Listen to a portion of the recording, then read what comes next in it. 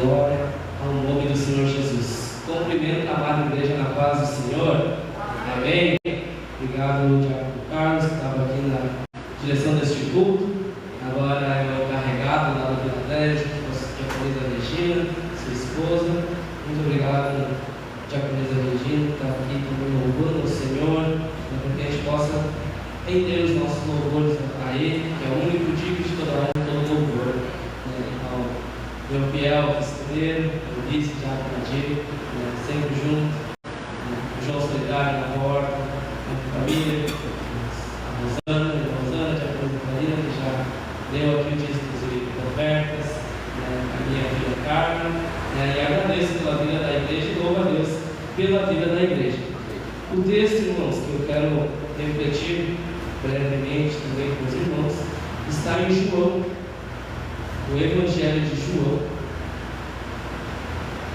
capítulo 14, um texto bem conhecido, João, no capítulo 14.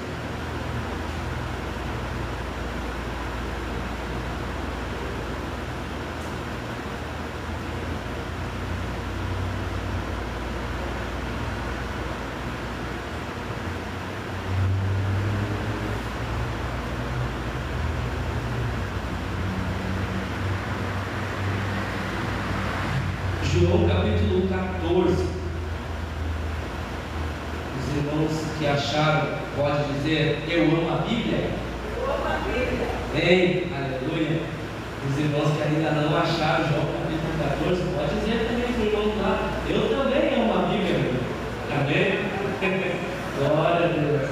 Evangelho de João capítulo 14 começa dizendo assim, palavras de Jesus: não se turbe o vosso coração, credes em Deus, crede também em mim. Na casa de meu Pai há muitas moradas. Se não fosse assim, eu vos teria dito, pois vou preparar-vos um lugar.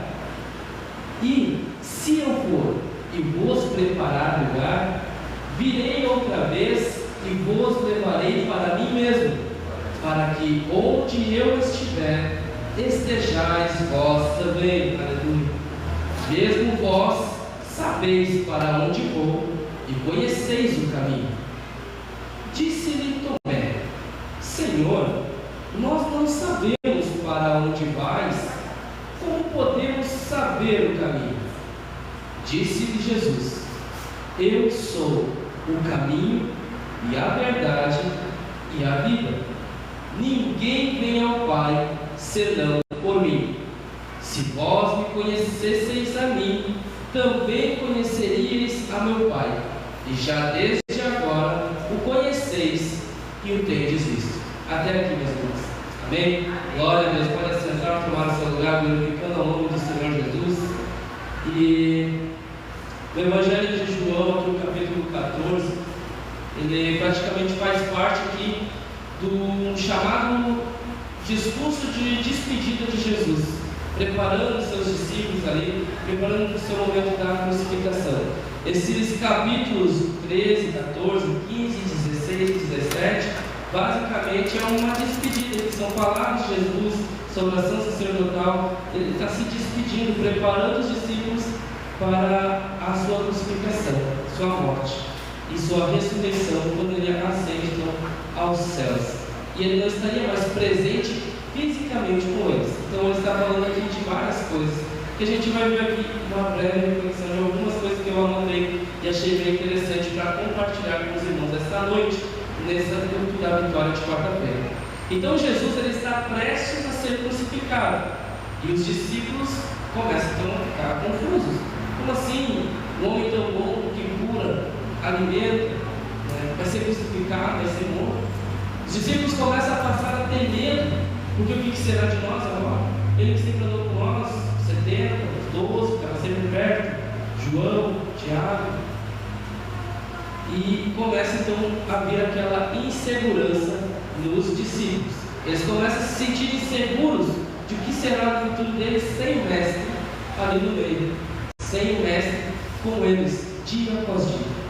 E muitas das vezes, irmãos, é exatamente assim que nós chegamos num culto como hoje, ou num culto de domingo, ou chegamos à casa de Deus, com medo, inseguros, confusos, não sabendo para onde ir, o que buscar, em quem confiar, aonde achar respostas, com medo de decisões, com medo do que possa acontecer fisicamente, ou que possa acontecer com a situação que está no mundo todo, e com a insegurança, às vezes de sair de casa, com insegurança da sua própria saúde. E é exatamente assim que a gente vai chegando com as nossas preocupações internas, externas, lutas internas e externas e as incertezas da vida. Mas Jesus aqui, em João 14, tem uma palavra de vitória para nós.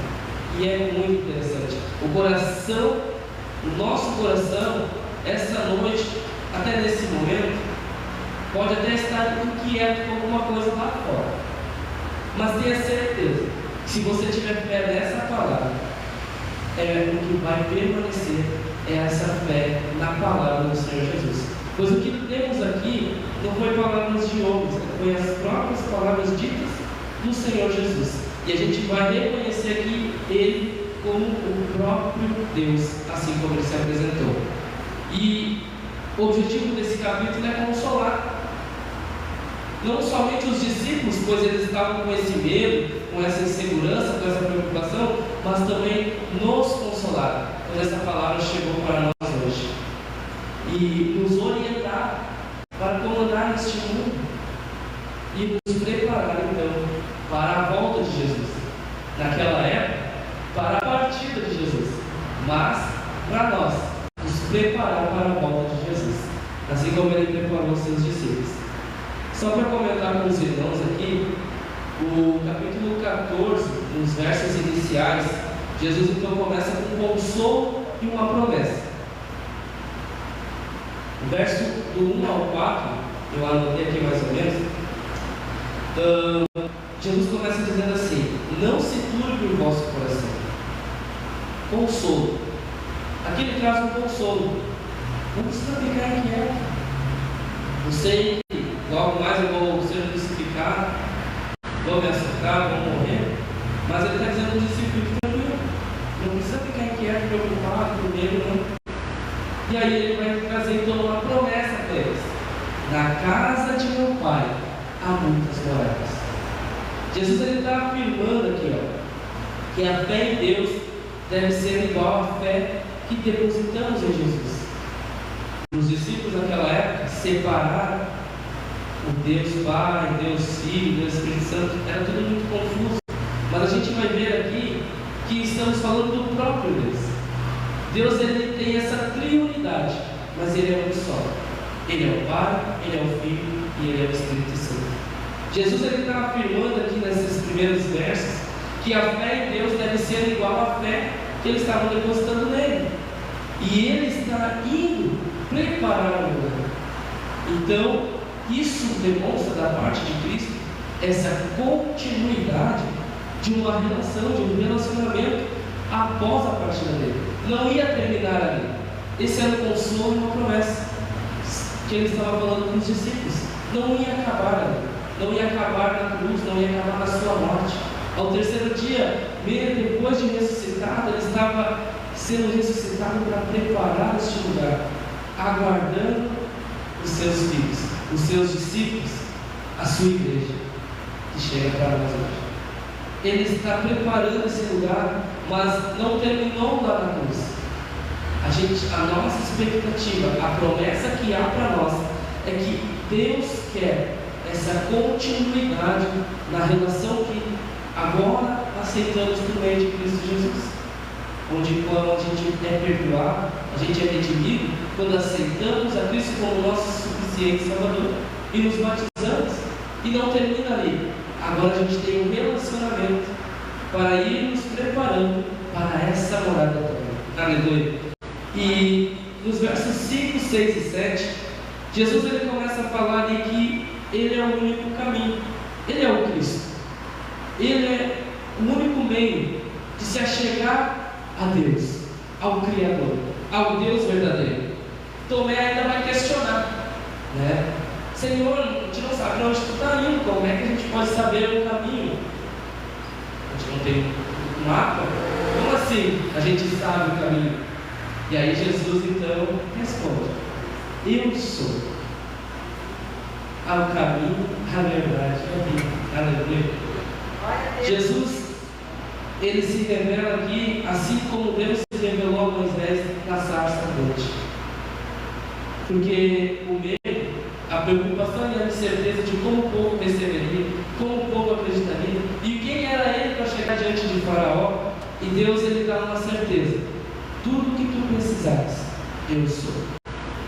Se for para passar pelo mar, eu vou ser o caminho de libertação. Para falar com o Faraó, eu sou a palavra. Era isso que Deus estava afirmando para ele. E se eles olharem para ti e não acreditarem em ti, não te preocupe. Olharem para ti e não darem crédito em ti, não se preocupe, porque eu sou na tua vida. Porque ele carrega, porque ele está carregando, quem é a presença que está em Moisés? É o próprio Deus, o eu sou. E Jesus traz à tona aqui novamente: eu sou o caminho, a verdade e a vida. E é assim que Jesus responde a Tomé. E isso é importante então, porque o caminho, esse caminho é o que dá acesso a Deus, ao Deus verdadeiro, ao próprio Pai, que estava ali também, carnalmente, na vida de Jesus. A Ele mesmo se fez o próprio caminho. Por isso que ele pode dizer com propriedade: ele é eu sou. Porque o próprio Deus, através do Filho, se fez caminho para que a gente pudesse nos achegar a Ele e saber para onde a gente está andando. E Ele vai dizer que é a verdade, porque Jesus Cristo, a vida dele aqui na terra, é a revelação plena do Deus verdadeiro, desse Deus poderoso ao qual nós clamamos, desse Deus ao qual nós agradecemos pela sua bondade, pela sua graça, sua misericórdia. A verdade que Cristo traz é essa verdade plena de quem Deus é. É a revelação do Deus verdadeiro. Quando vemos a vida de Jesus, temos a certeza de o quanto Deus nos ama, até se entregar por nós. A nossa vida, eu nunca esqueço disso, a nossa vida vale muito, vale tanto, que valeu o preço de um Deus crucificado. Essa é a verdade. Jesus é a verdade. Se queremos aprender sobre quem Deus é, o que Deus faria e como Deus agiria, basta olharmos para a vida de Jesus, pois Ele é a verdade. E Ele é a vida. A vida eterna está nele, pois Ele é o único que venceu a morte. Não há nenhum outro que possa se oferecer no mundo por nós, que volte dos mortos, que ressuscite, assim como Jesus ressuscitou. E possa estar hoje à direita do Pai, advogando por nós, intercedendo por nós, as nossas causas, e nos guardando e velando e nos aguardando na sua morada celestial, a vida eterna e comunhão com Deus está em Cristo Jesus, está em seguir esse caminho, em seguir essa verdade, se apegar nela com fé, com convicção. Ele não é apenas um guia. Vamos olhar os passos de Jesus, como ele agiu na terra, e vamos fazer igual. Não, é assim que funciona. Jesus, ele não é um guia, ele é o próprio meio da salvação. Ele é o próprio meio de salvação das nossas vidas, de preservação das nossas vidas neste sistema de coisas, até que ele venha, como cantamos aqui, aguardamos a sua vinda, a nossa pátria. Aleluia. João 14, 8 ao 11, Jesus começa a falar aqui sobre a revelação do Pai. Felipe ali depois vai dizer: Senhor, mostra-nos o Pai, que nos basta. E Jesus então vai responder a ele: Felipe, quem me tem visto o Pai. Aqui Jesus traz essa afirmação clara da unidade que ele tem com Deus, essa triunidade, porque ainda tem o Espírito Santo, que eu vou falar um pouquinho logo mais. Mas falando em relação ao Pai e Filho, Jesus ele afirma nessas palavras aqui a Filipe: quem me vê, vê o Pai. E essa é a afirmação dessa unidade. Vendo o Filho, a gente consegue ver as referências do Pai e da Mãe, mesmo com as imperfeições. Mas quem dirá quando a gente olha para a vida de Cristo, a gente vê a perfeição do Pai e o cuidado que Ele tem do alimento com o seu povo.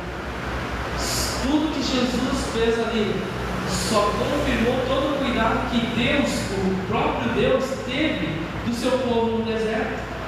Alimento, carne, sono, fogo para aquecer a noite.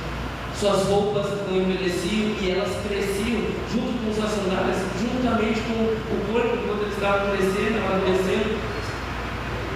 É algo inacreditável. Mas esse é o cuidado de Deus. E quando olhamos para a vida de Jesus e a gente vê os relatos de Jesus, lê os evangelhos, a gente percebe a mesma coisa através do Filho. O Filho faz a vontade do Pai. O Filho só faz aquilo que o Pai pede, aquilo que o Pai orientou, aquilo que o Pai o capacitou, e Ele fez isso até o Filho, até se entregar para uma igreja a qual Ele ainda estava construindo. Ele nem imaginava como seria. Ele já sabe, na verdade, mas a gente vai vendo como é a igreja a qual Ele se entregou, cada um com suas características. Somente Cristo, somente esse Deus pode fazer se assentar no mesmo lugar um advogado e um faxineiro, um juiz e um professor. Somente Deus pode fazer isso. Colocar a sua casa de oração, assentados, o adorando, e o louvando e o buscando, pessoas tão diferentes, de ambientes diferentes, mas essa é a unidade. Esse é o amor ao qual Ele se entregou por cada um de nós. E Ele sabia que estaríamos aqui nessa quarta-feira para falar sobre isso, falar sobre o seu amor, falar sobre a sua verdade, falar sobre o caminho que Ele mesmo leva. João capítulo 14, verso 12 ao 14, Jesus começa a falar sobre as obras e sobre a oração. Jesus vai dizer aos discípulos que eles iriam fazer obras maiores que Ele tinha feito ali, mas tudo que fosse pedido em seu nome, a oração, em nome de Jesus. E obras maiores, Jesus não estava se referindo a que uns iam ter mais poder que os outros. Não era isso que Ele falava aqui. Mas Ele estava falando sobre a expansão do Evangelho, pois Ele atingiu um povoado, a sua região, mas através dos discípulos e através daqueles que o aceitariam depois, que renderiam-se a Ele, assim como nós. O Evangelho hoje é propagado em todos os cantos, de diversas formas, e voluntariamente, por amor, para responder a esse amor, nós nos colocamos à disposição, seja no mercado, na vizinhança, seja em outros países, quem pode se deslocar, a pregar, a pregoar esse Evangelho de salvação, de arrependimento, o Evangelho da paz, o Evangelho de Cristo. E no nome de Jesus, isso significa, ele está falando aqui sobre estar alinhado ao seu caráter e à sua vontade. Não é aquela oração: Senhor, me reveste de poder para eu fazer as maiores obras. Não é essa oração egoísta, não. É a oração do Senhor: me enche, me usa. Faça a tua vontade através da minha vida, mas não a minha vontade. Pois foi isso que ele orou lá no jardim do Getsemane. Ele orou sobre isso. O Senhor, tu conhece o meu coração, tu sabe que não vai ser fácil. E se possível, remove de mim esse cálice. Mas não seja feita a minha vontade, seja feita a tua vontade. O próprio Cristo se entregou voluntariamente à vontade do Pai, ao desejo do Pai. E as nossas orações, a gente tem que pensar nisso também, assim como Cristo pensou, assim como Cristo orou, pois Ele é o caminho. É nesse caminho que devemos andar. É nessa verdade que devemos alinhar os nossos planos, os desejos que temos, os nossos sonhos com a vontade de Deus, para que a gente não se perca do caminho. Não se desvie com as aflições, com as lutas que vão acontecendo para tirar o nosso foco daquilo que é a vida eterna. Aleluia. E o versos 15 ao 24, Jesus começa a falar então sobre o Paracletos, o Consolador, o Espírito Santo. E esse Espírito Santo, ele fala de várias coisas, que ele vai ser o Consolador, ele vai ensinar tudo que aprendeu do Pai, e não é algo que vem somente, que nos consola, e nos ensina, nos disciplina. Esse Espírito Santo, ele quer habitar em nós. Ele é dispensado para habitar em nós, não somente como uma visitação. E ele veio para sentar na mesa do nosso coração, nessa morada, nesse tempo, nesse corpo, para nos ensinar e frutificarmos e testificarmos de Cristo. Assim como ele vai testificando ao nosso espírito humano, ele vai testificando de Cristo, para que aí a gente vai, tudo que é ruim, tudo que é egoísta, tudo que não vem de Deus, que está aqui no nosso coração e na nossa mente, o Espírito Santo vai eliminando, trabalhando, vai limpando essa morada, e aí ele vai tendo espaço, se expandindo e crescendo, e nós vamos cada vez mais nos aproximando de Deus e sendo cheios da presença de Deus.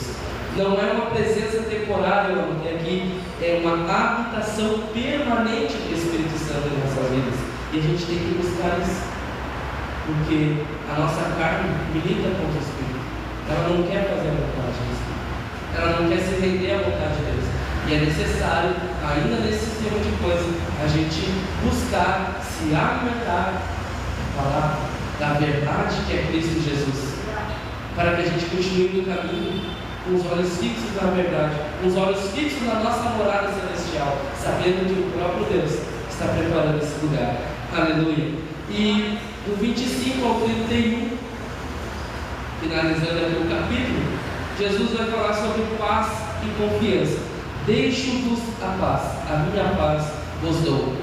E é diferente da paz do mundo. Muitos confiam em cavalos, carroças, exércitos, poder, dinheiro. Acham que estão em paz quando tem essas coisas, quando tem algum líder se agarrar em algum líder. E líder pode ser governamental, pode ser eclesiástico, líder de igreja, pode ser diversos tipos de líderes, eu estou mencionando aqui. E essa falsa paz não é a paz que Jesus está falando aqui. A paz que Jesus está falando aqui é uma paz que não depende das circunstâncias.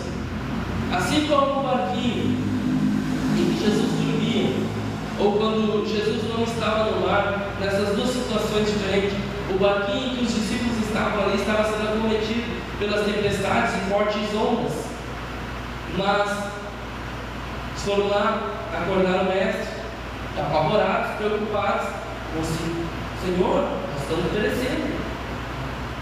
Homens de pouca fé. Não é pela circunstância que estava acontecendo ali, mas a paz é um fruto da presença de Deus em nossas vidas. E quem estava no barco? O próprio Deus, o próprio Cristo, dormindo, ouvindo, caminhando no mar. Acalma-te, calma-te, aquieta-te mar. Ele tem a palavra, e Ele deu essa palavra.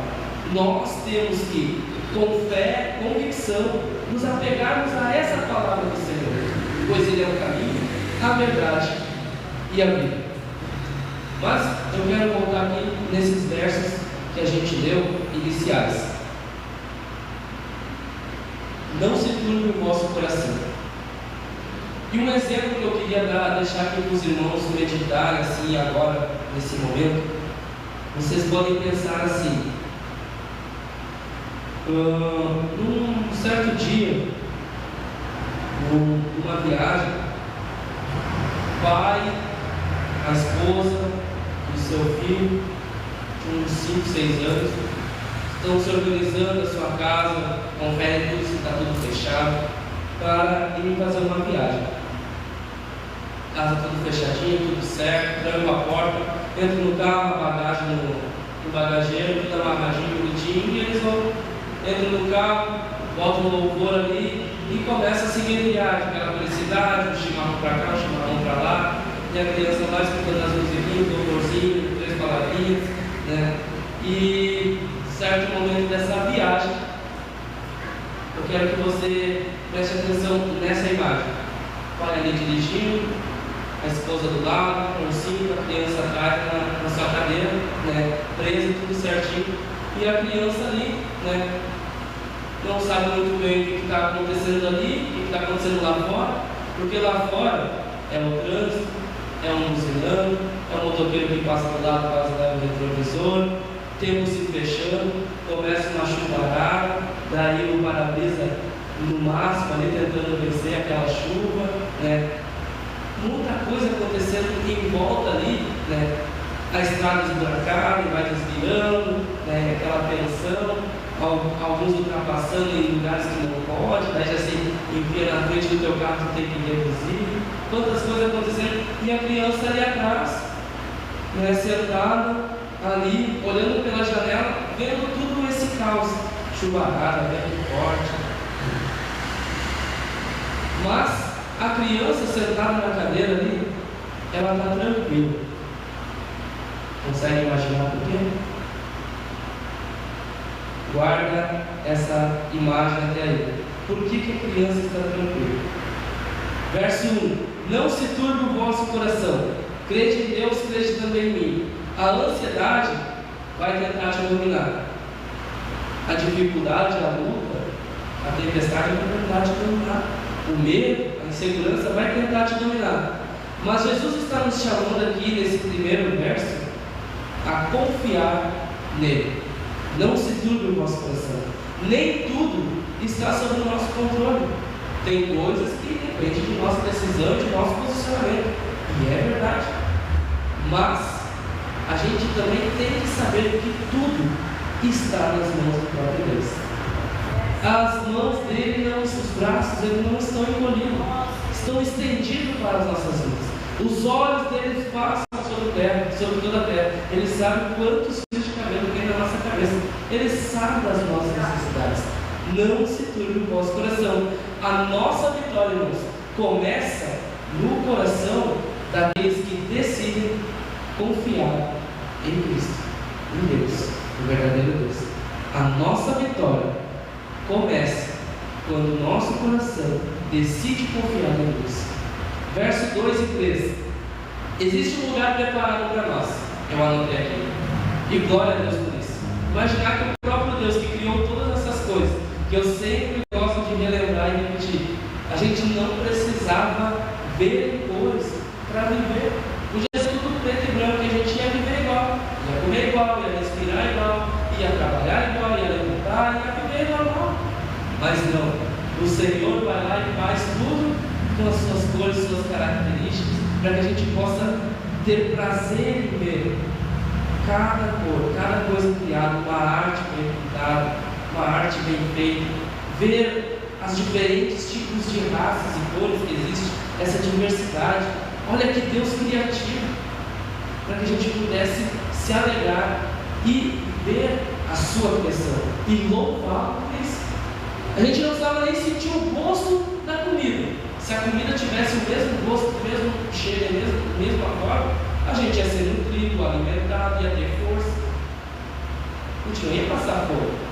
Só que o Senhor, esse Deus, é tão criativo que colocou o gosto amargo, doce, de todas as formas de frutas e verduras e legumes e carne, para que a gente pudesse ter prazer no comer e louvá-lo por isso.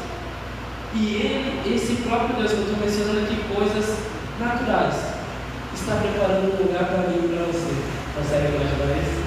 Aleluia. A nossa história não termina aqui, irmãos.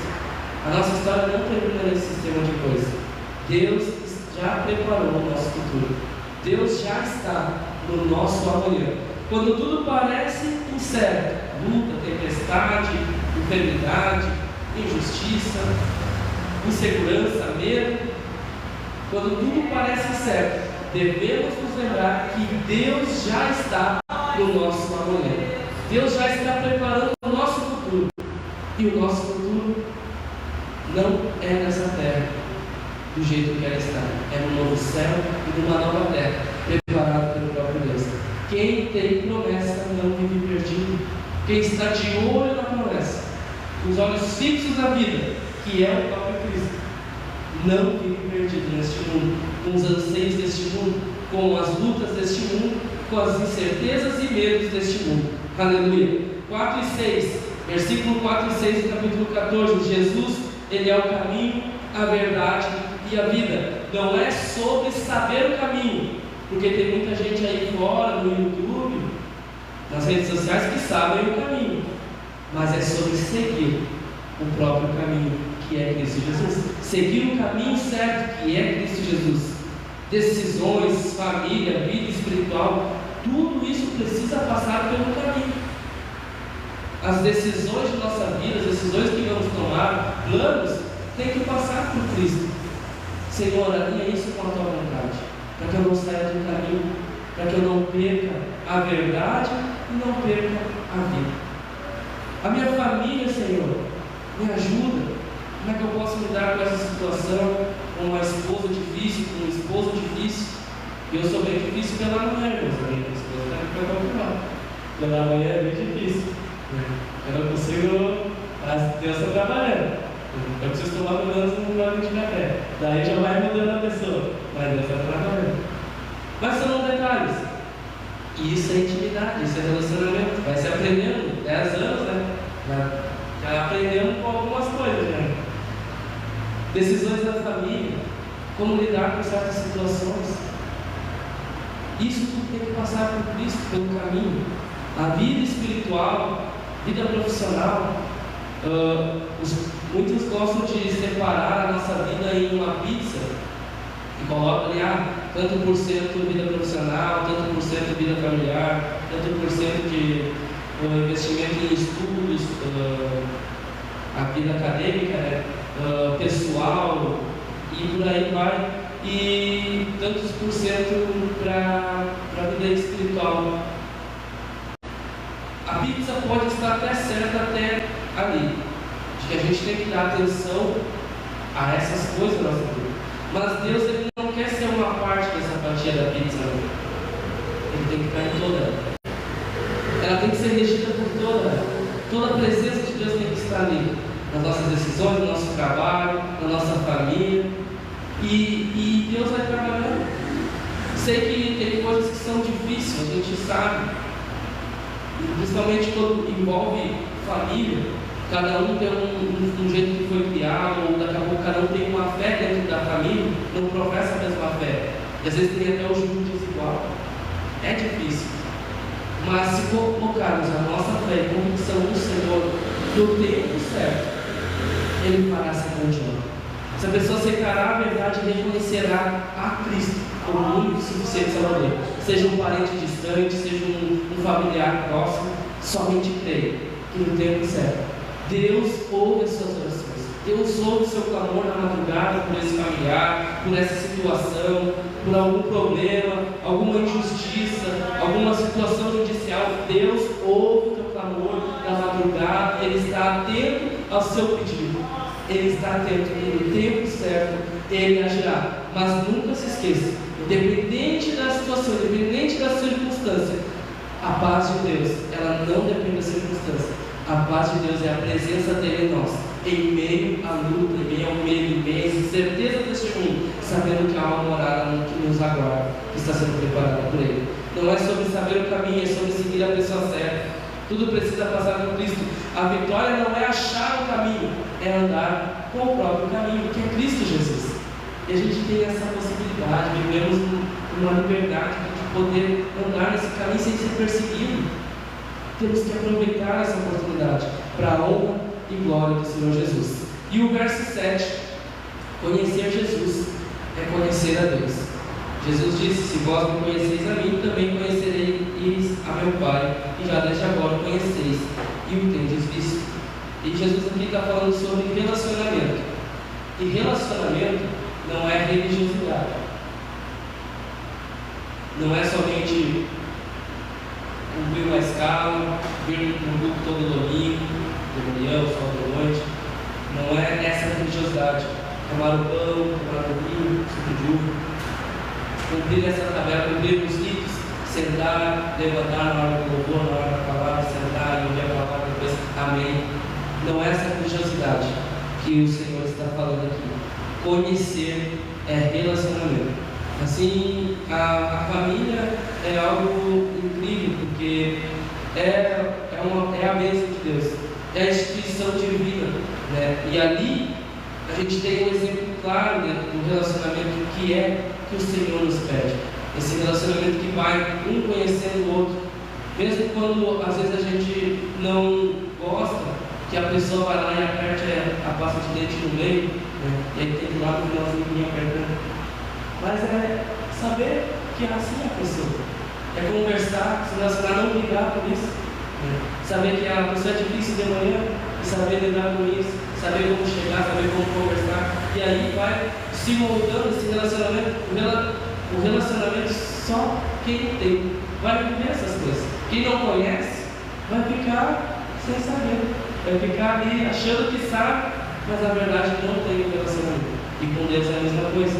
A gente começa a aprender aquilo que Ele gosta e aquilo que Ele não gosta, aquilo que alegra o coração de Deus e aquilo que entristece o Espírito Santo. Então é isso que Jesus está falando. Quem me conhece tem conhecido o Pai. Quem tem buscado conhecer a Cristo sabe como agradar a Deus, o Pai. Quanto mais conhecemos Jesus, menos nós somos abalados pelas circunstâncias, porque a nossa fé está alicerçada no nosso relacionamento com o Pai. E se nada pode abalar esse relacionamento, nada neste mundo pode vir luta, pode vir medo, incerteza, que não vai te abalar, não vai tirar a tua paz que você está com Deus. Aleluia. Quem conhece a Deus não vive dominado pelo medo. E para concluir aqui, irmãos, lembra do exemplo que eu deixei aqui para vocês meditarem? Por que a criança estava em tranquilidade, em paz dentro do carro, mesmo que está acontecendo uma forte chuva, todas aquelas situações fora, externas do carro? Vocês conseguem imaginar isso? O porquê essa criança estava tranquila dentro do carro? Alguém quer dar um chute? O pai estava dirigindo, o pai estava no controle do carro. E é assim que a gente tem que se sentir, assim como essa criança, sabendo que o pai está no comando de tudo. Glória a Deus. Sabendo quem é que está dirigindo, quem é que está guiando o caminho. É Ele, é Deus, é Cristo, é o Jesus. Hoje Deus está nos chamando para isso, para confiar mais, para depositar a nossa confiança no Senhor. Ansiedade, menos ansiedade. A cada dia, menos ansiedade. Eu falo isso porque as ansiedades vão vir. Vem certas ansiedades na nossa vida. A gente não vai ser hipócrita e dizer tem ansiedade. Acontece de diversas formas, de diversas maneiras.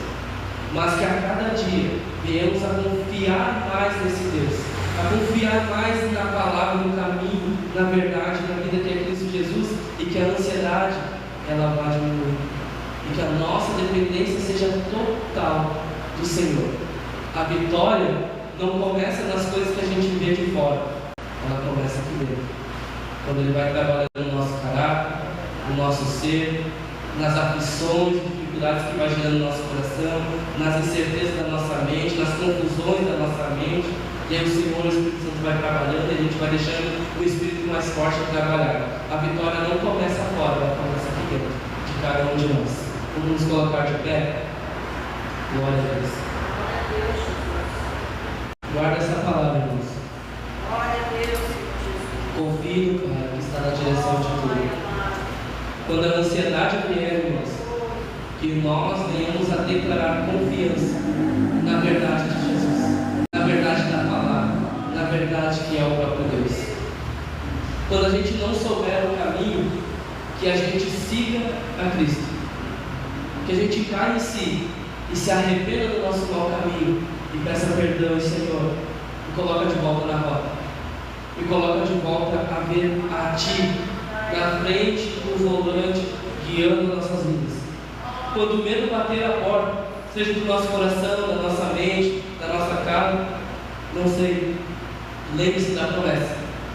Nós aguardamos uma morada celestial. Há uma promessa em nossas vidas. Vou preparar o nosso lugar. Nada neste mundo pode abalar a nossa fé, quando a nossa fé está alicerçada na verdade, no caminho e nessa promessa na vida. Quando tudo parecer incerto em nossas vidas, que venhamos a descansar em Deus. Não se turbe o vosso coração. E hoje é a noite de alinhar o nosso coração, o nosso espírito e a nossa alma nessa palavra. Que eu quero convidar o Tiago Nadir, meu irmão, para fazer a oração e a unção aqui na frente. Esse é o momento para a gente entregar as nossas ansiedades, seja ansiedade financeira, ansiedade familiar, seja ansiedade de alguma enfermidade, algum diagnóstico de algo. Esse é o momento de entregarmos aqui no altar.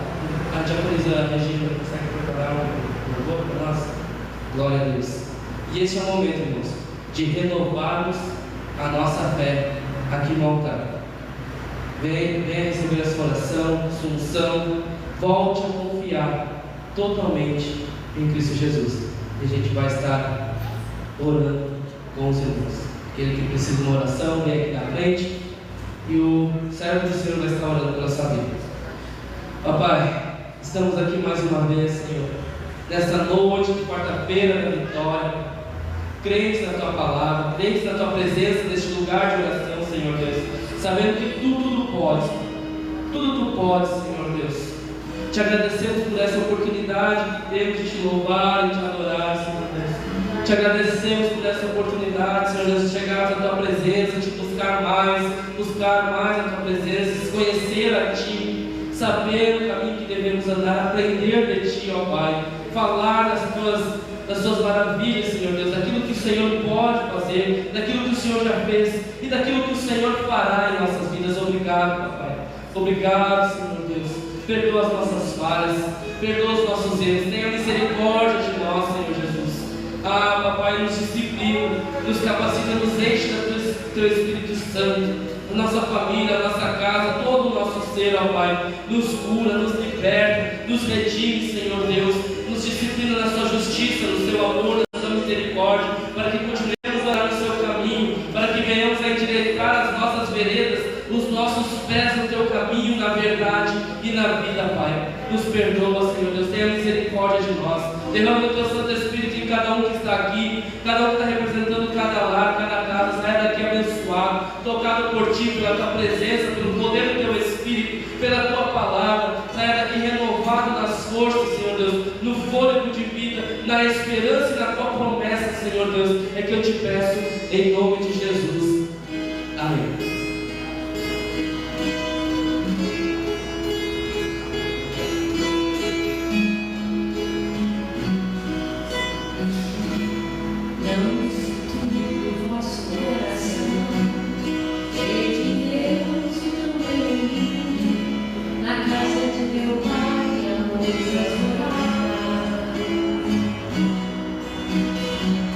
Se não fosse assim, eu não teria.